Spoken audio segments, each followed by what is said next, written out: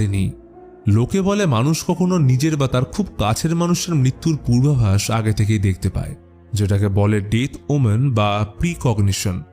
এই কারণে প্রথম দিন বাড়িতে ঢুকে ক্রিশ্চিয়ান কুয়োতে একটা বডি পড়ে থাকতে দেখে, যা খানিকটা দেখতে ছিল আলদোর মতো। আলদো এই দৃশ্য দেখে বরফের মতো দাঁড়িয়ে রইল। মনে পড়ে যাচ্ছে কাল রাতে বলা সেই কথাটা।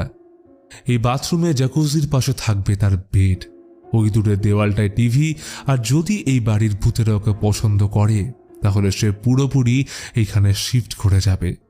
এবং এরই সাথে দেখা যায় জ্যাকুজির মধ্যে শুয়ে আলদোর আত্মা।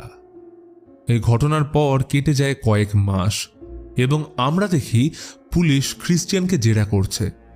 পুলিশ জিজ্ঞেস করে তারা ওই বাড়িতে কি করছিল এবং তাদের সাথে ঠিক কি হয়েছিল, কিন্তু ক্রিশ্চিয়ান চুপ করে বসে রইল। অদ্ভুতভাবে তার কিছুই মনে পড়ছে না।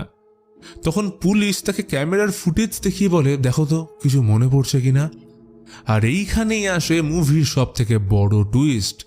ঘটনা ফিরে যায় সেই দৃশ্যে যখন আলদো ক্রিশ্চিয়ানের পিছনে ভয়ঙ্কর ব্যাফোমেট বা ছায়ামূর্তিকে দাঁড়িয়ে থাকতে দেখেছিল।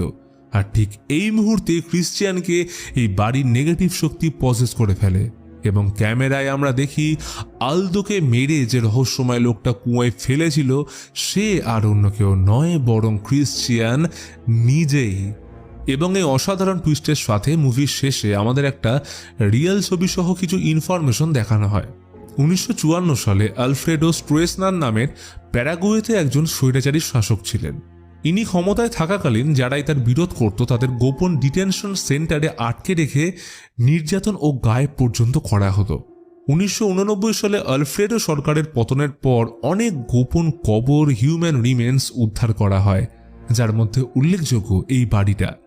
1989 সালের 23 ফেব্রুয়ারি এই বাড়ির ভিতর থেকে 3 জন প্রাপ্তবয়স্ক ও এক অল্প বয়সী দেহ পাওয়া যায়। এছাড়াও বেসমেন্টে মাটির নিচ থেকে উদ্ধার হয় মানবদেহের অবশেষ। এবং এরই সাথে শেষ হয় আজকের মুভি ডু নট এন্টার। এখন যদি তোমরা জানতে চাও জঙ্গলের মধ্যে অভিশপ্ত গুহার জল খেয়ে এক কাপলের কি অবস্থা